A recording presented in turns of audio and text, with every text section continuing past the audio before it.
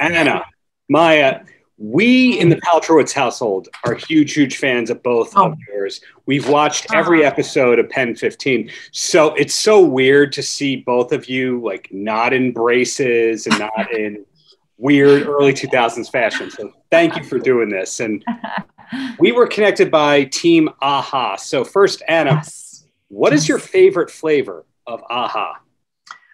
I'm really into the pineapple passion fruit.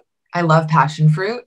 And then I also was just recalling having the watermelon lime with a little tequila, a little fresh lime, and it was really nice.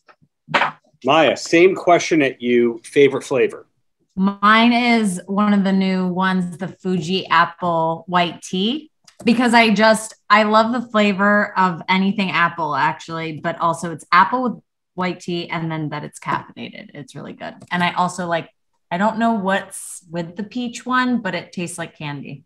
Well, follow-up question. Do you remember the first time you heard about AHA? Because I know they've been very much embracing comics. I think Lauren Lapkus did a campaign previously. Yes. That's how I actually first saw it or heard of it because I was watching these campaigns and I thought, oh my God, that's so brilliant. It's what drew me to it. And then someone on a set once was just talking about it nonstop. And so I tried it. and then keeping the seltzer flavored water conversation going. Anna, have you always been into water that had a flavor to it? Or is this a recently later in life kind of thing for you? Yeah, I was just thinking about that. This is a later in life thing. And I remember growing up being 13 and looking in the fridge and my mom would not get soda. When my mom was away, my dad would be like, we'd go to the grocery store and get all the sugary cereal. It's like such a cliche. And soda. But in my house, it was just, I remember seeing tonic water and being and associating that with sparkling water and trying it and be like, that's hell's serum. I can't, this is horrible. But now if I was 13, it's funny, the flavored waters came, I feel like five years ago or so that I started getting sort of addicted to them. And then AHA, I think just bumped it up a level. It's more bubbly in a way that I really like. Well, Maya, that same topic going at you.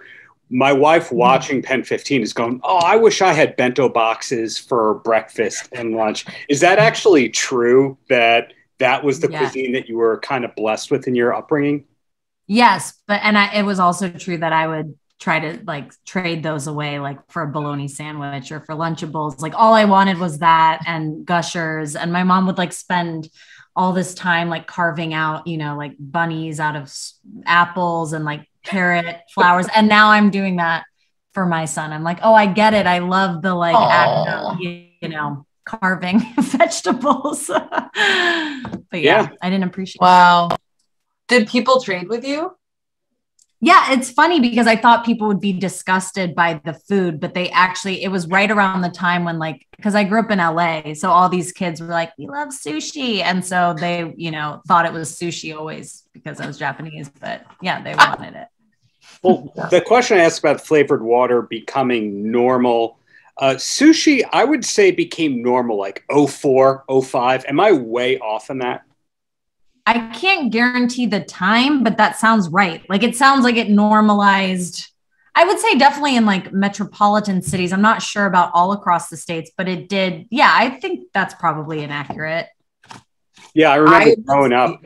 My mom was like, you eat that? Why would you want to eat that? And now she graduated from California roll. That's the graduation process.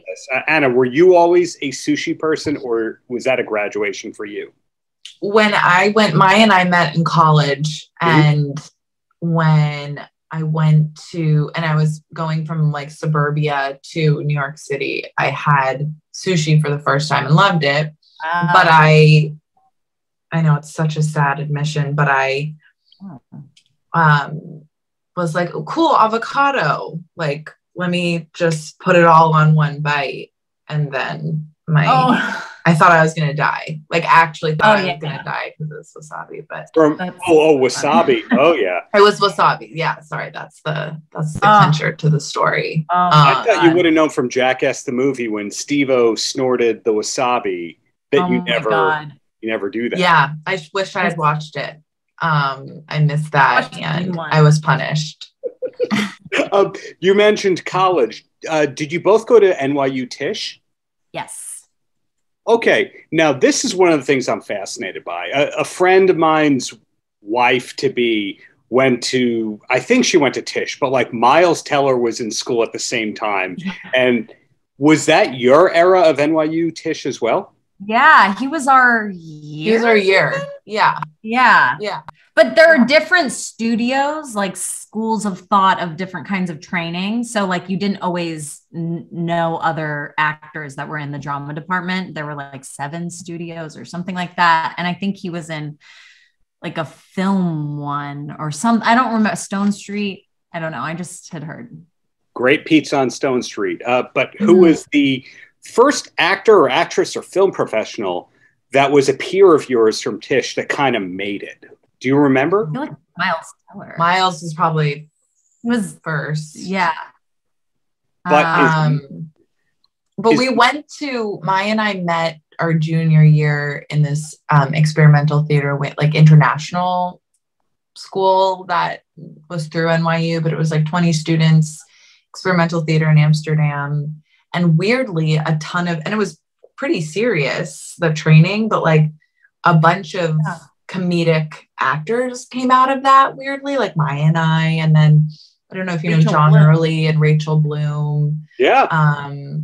And the year before, like it's sort of a strange coincidence that there's a lot of like comedy coming out of that program. Donald Glover. Oh, really? He was an NYU guy? I think he is, but I don't know if he was Tisch. I don't remember, but he was like, had a big improv comedy sketch group that was very famous. Oh, Derek Television. Yes. Okay. Right? I'm pretty sure that was at NYU. I don't know. Because so my brother's like a bunch of years older than me, but when he went to NYU in the early 90s, it was kind of like there was the Def Jam, you know, NYU thing. And then there was kind of nothing and no one except maybe John Fugelsang, I think was his RA. And then there was nothing until your generation of NYU. So what was it that made you all think, hey, maybe we can make it in performing arts if we go to NYU?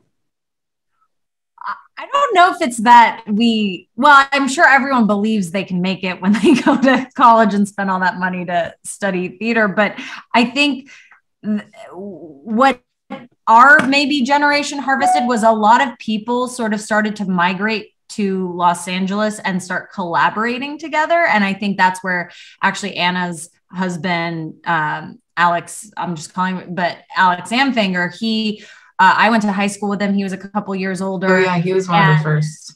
He was one of the first to like move to LA, and he just like made his own work with another friend. And it's sort of like, and they just got their own TV show, and it just kind of happened. And so people were like, oh, just collaborate. Okay. And make your own work, do this. And so I think we lucked out that we came at a time when like web series were just, you know, still fresh and new and leading to television shows. Yeah, that's so true. Yeah, Alex, my fiance, was on Husband, Fiance, whatever. I know. I'm fiance. Better half. Yeah, the father of my child. He just to kind of piggyback on what Maya was saying, like he made a web series with his writing partner Dan Schimpf, and then Ben Stiller saw it. It was like kind of the dream, right. And so then he was another one of the sort of like people before we were dating that we were like, oh wow, people are making their way and in unique ways that hadn't been charted yet, which is an interesting thing about our generation, I think. Because I think we had believed, sorry to keep talking about it, but like we had believed you just had to send out your resumes. And so me and Anna would like send out our resumes to theater agents and no one ever looked at it or anything, you know, like we would go to the open calls, never get auditions. And so it was kind of a groundbreaking idea for like, oh, wow, you can make your own work. Make your own work. And Maya, your better half, also a wonderful actor. This household of fans of I'm Dying Up Here. So it's great to see two couples that have both succeeded in entertainment on both halves, and the other half isn't jealous of the other person or competing per se. No. That's a rarity in itself. So being mindful of your time, your two last questions, and then you're free. Yes. The first one is, so Maya, unbelievable who your father is, playing in the Weather Report and with Jocko, and everything. Correct, that Neil Peart, I don't know if it's Peart or Pert, but that he taught Neil Peart/Pert between Rush hiatuses. I think so. I think he had several lessons with him.